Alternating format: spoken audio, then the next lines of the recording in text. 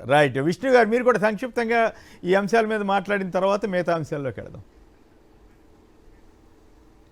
అదే సార్, ఇప్పుడు నిన్న కానిస్టేబుల్ని సస్పెండ్ చేయటం అనేది ప్రభుత్వం యొక్క దుర్నీతికి, అహంకారానికి ప్రభుత్వం ఏకపక్షంగా వ్యవహరిస్తుందని చెప్పడానికి ఇది ఒక నిదర్శనం మనకి. ఎందుకంటే పోలీస్ అధికారుల సంఘం కానీ, పోలీస్ అధికారులు కానీ, లేకపోతే చిత్తూరు జిల్లా ఎస్పీ గారు కానీ కరుణాకర్ రెడ్డి గారు మాట్లాడినటువంటి మాటలకి ప్రతి మాటకి కూడా జవాబు చెప్పాల్సినటువంటి అవసరం ఉంది. ఆయన రేజ్ చేశారనమాట. ఈ వ్యవస్థలో అనాదిగా జరుగుతున్నటువంటి లోటుపాట్లు కానీ, ఉన్నటువంటి వాస్తవ పరిస్థితి కానీ ప్రజలకు చెప్పారు. ఇలా చిన్న విషయానికి మానవతా దృక్పథంతో ఒక ఎమ్మెల్యే దగ్గర, ఒక మాజీ మంత్రి గారి దగ్గర చెయ్యి ఇరిగినటువంటి సందర్భంలో వ్యవహరించినటువంటి తీరుని అదొక తప్పు కింద, అదొక నేరం కింద చూపించి సస్పెండ్ చేయటము, దాని మీద స్టేట్మెంట్ ఇవ్వడము. ఇమీడియట్గా పార్టీ రియాక్ట్ అయింది. ఆయన మాట్లాడాడు, దానికి సమాధానం లేదు. ఎందుకంటే ఈ వ్యవస్థ రిజర్వ్ కానిస్టేబుల్స్లో ఉన్నటువంటి వ్యవస్థ ఈ బంగ్లాల్లోనూ, గార్డెన్స్లోనూ, ఇంట్లో పని రకరకాలైనటువంటికి అనధికారికంగా వాడుతున్నటువంటిది అనాదిగా జరుగుతుంది. దాన్ని మార్చాల్సినటువంటి పరిస్థితి ఉంది. వాళ్ళు కూడా అనేక సందర్భాల్లో పోలీస్ అధికారుల సంఘం కూడా స్టేట్మెంట్ ఇచ్చినటువంటి పరిస్థితి అయితే మనకి స్పష్టంగా ఉంది. పోలీసులు ఇంకా రకరకాలైనటువంటి పనులు చేస్తూ ఉన్నారు. ఈ పనులు ఒక సంచి పట్టుకెళ్ళటమో లేకపోతే సహాయకారిగా వ్యవహరించడం కాదు, అధికారికంగా డ్రెస్ వేసుకుని పోలీస్ యంత్రాంగం ఎన్ని రకాలుగా ఈ సంవత్సర కాలంలో పనిచేసిందో, ఎలా పని చేయించవచ్చో కూడా మనం చూసాం. కాబట్టి దాన్ని ఒక నేరం కింద పరిగణించడం అనేది చాలా తప్పు. ప్రభుత్వం ఈ చేసినటువంటి తప్పుని సరిదిద్దుకోవాల్సినటువంటి అవసరం ఉన్నది అని చెప్పని నేను చెప్తా ఉన్నాను.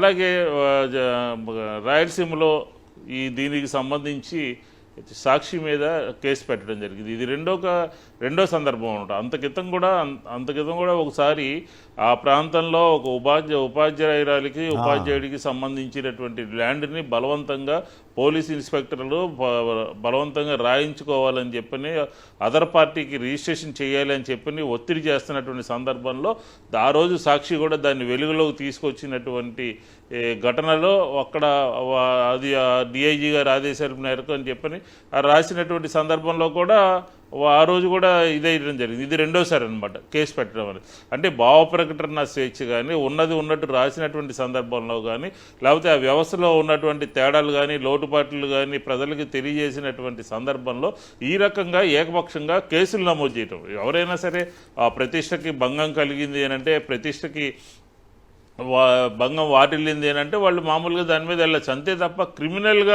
క్రిమినల్ కేసులు సెక్షన్లన్నీ వేసుకుని ఒక 7-8 సెక్షన్లు వేసి కేసు నమోదు చేయటం అనేది ఇది చాలా దుర్మార్గమైనటువంటి చర్య. సాక్షి మీద ఇదే కాదు, అంతకితం పల్నాడులో ఒక సంఘటన జరిగినప్పుడు కానీ, విజయవాడలో కూడా కేసులు వేరే సంఘటన జరిగినప్పుడు కానీ కేసులు సాక్షి మీదనే పదే రిపీటెడ్గా తెలుగుదేశం కేసులు పెట్టించేటటువంటి ప్రయత్నం చేస్తూ ఉంది. ఇది సరైనటువంటి విధానం కాదు. భావ ప్రకటన స్వేచ్ఛ, పత్రికా స్వేచ్ఛకి ఇది భంగం వాటిల్లేటటువంటి సంఘటన. ఎందుకంటే మనం చూసాము, మీరు 2009 నుంచి జగన్మోహన్ రెడ్డి గారు అధికారంలోకి వచ్చిన నాటి నుంచి కూడా ఈ రాష్ట్రంలో ఉన్నటువంటి కొన్ని పత్రికలు పనిగట్టుకుని కథనాలు, ఎన్ని రకాలైనటువంటి కథనాలు, అధికారంలో లేనప్పుడంతాను ఆయన మీద, అధికారంలో ఉన్నప్పుడు ఆయనతో పాటు క్యాబినెట్ అధికారులు అందరి మీద కూడా నిన్న చూసాం మనం ఒక పత్రిక ఏ రకమైనటువంటి ఎడిటోరియల్ రాసిందో, ఏ రకమైనటువంటి ఇంత ఇబ్బడి ముబ్బడిగా ఆయన యొక్క వ్యక్తిత్వాన్ని దెబ్బతీసే విధంగా. అలాంటిది అంత స్థాయికి వారు దిగజారిపోయి మాట్లాడినటువంటి సందర్భంలో కూడా మనం ఏ రకమైనటువంటి ఇది పత్రికా స్వేచ్ఛకి భంగం కలిగించకూడదనే ఉద్దేశంతోనే ఉన్నాం.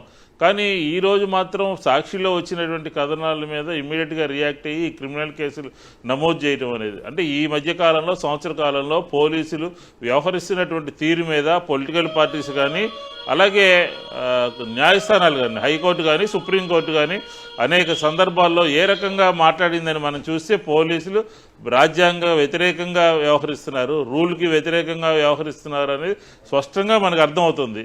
అలాగే ఇప్పుడు చూడండి, గోవిందప్ప గారి మీద ఇదే పోలీసులు ఒక రకంగానేమో అక్కడ ఏమీ లేకపోయినప్పటికీ కూడా కోర్టు ముందు జడ్జి గారు, మ్యాజిస్ట్రేట్ గారు అనేక సందర్భాల్లో అడిగారు, ఆధారాల్లో చూపించండి, ఆ మనిషిని కోర్టుకు తీసుకొచ్చి అరెస్ట్ చూపించి రిమాండ్కి పంపించేటటువంటి సందర్భంలో మీ దగ్గర ఉన్నటువంటి ఆధారాలు ఏంటి, మీ దగ్గర ఉన్నటువంటి సాక్ష్యాలు ఏంటని చెప్పని ప్రాథమిక దశలో అడిగారు, 90 రోజులు అయిపోయిన తర్వాత అడిగారు, మళ్ళీ అడిగారు. వాళ్ళ దగ్గర ఏమీ లేనటువంటి సందర్భంలో ఒకటి క్రియేట్ చేయాలి.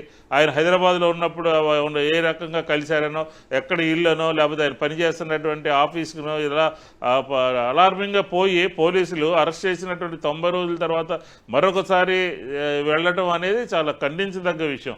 ఇదంతా ఏంటంటే ఒక కుట్రకోణం అనేది దీని వెనకాల స్పష్టంగా దాగి ఉందన్నమాట. ఎందుకంటే ఈ కేసులో ఆధారాలు లేవు, సాక్ష్యాలు లేవు, నిజాలు లేవు అని చెప్పని తెలిసిన తర్వాత వాళ్ళు మళ్ళీ మరొకసారి ఛార్జ్షీట్లో ఏదో ఒకటి ఫ్యాబ్రికేట్ చేసి రూపొందించాలి, అక్కడ ఛార్జ్షీట్లో వేయాలి, అని బెయిల్ రాకుండా చేయాలి అనే ఉద్దేశంతో వాళ్ళు చేస్తూ ఉన్నారు. కాబట్టి ఈ పోలీసుల వ్యవస్థ సరిగా లేదు, ఏ స్థాయిలోనూ కూడా సరిగా లేదు. ఎందుకు మాట్లాడుతున్నామంటే వాళ్ళు ఏదో సచీలుగా వాళ్ళు ఏదో కరెక్ట్గా చేస్తున్నట్టుగా ఆ ప్రభుత్వంలో చేసాం, ఈ ప్రభుత్వంలో చేసాం అని చెప్పి మా ప్రభుత్వంలో ఏ రకంగా ఇంత దుర్వినియోగం చేయలేదు, ఇంత ఈ రకమైనటువంటి కార్యక్రమాలు ఎక్కడ చేయించలేదు. కాబట్టి పోలీసు వ్యవస్థ ఇప్పటికైనా సరే మారాల్సినటువంటి అవసరం ఉంది. పైనుంచి కింది దాకా ప్రక్షాళన చేయాల్సినటువంటి అవసరం ఉంది. శాంతి భద్రతలు కాపాడాల్సినటువంటి అవసరం ఉంది. అక్రమ కేసులు బనాయించడంలో వెనకడుగు వేయాల్సినటువంటి అవసరం ఉన్నది. ఇలాగ పోలీసు వ్యవస్థ ఫస్ట్గా ఆంధ్రప్రదేశ్లో మారాల్సినటువంటి వ్యవస్థ ఏంటంటే ముందుగా పోలీసు వ్యవస్థ మారాలి. పోలీసు వ్యవస్థ మారితేనే ఇంకా మిగతా అన్నీ కూడా దీనికి ముడిపడి ఉంటాయి. కాబట్టి ఆంధ్రప్రదేశ్లో పోలీసులు సరిగా వ్యవహరించట్లేదు అనే దానికి ఈ మొన్న జరిగినటువంటి సంఘటనలే ఉదాహరణ అని చెప్పి ఈ సందర్భంగా సింగపూర్ వెళ్ళి రాష్ట్ర ప్రతిష్టను పునరుద్ధరిస్తా ఉంటున్నారు. ఇటాడి కట్టణలతో పునరుద్ధరిస్తారా, పరువు తీసుకుంటారా అనే దాని మీద మళ్ళీ వెళదాం.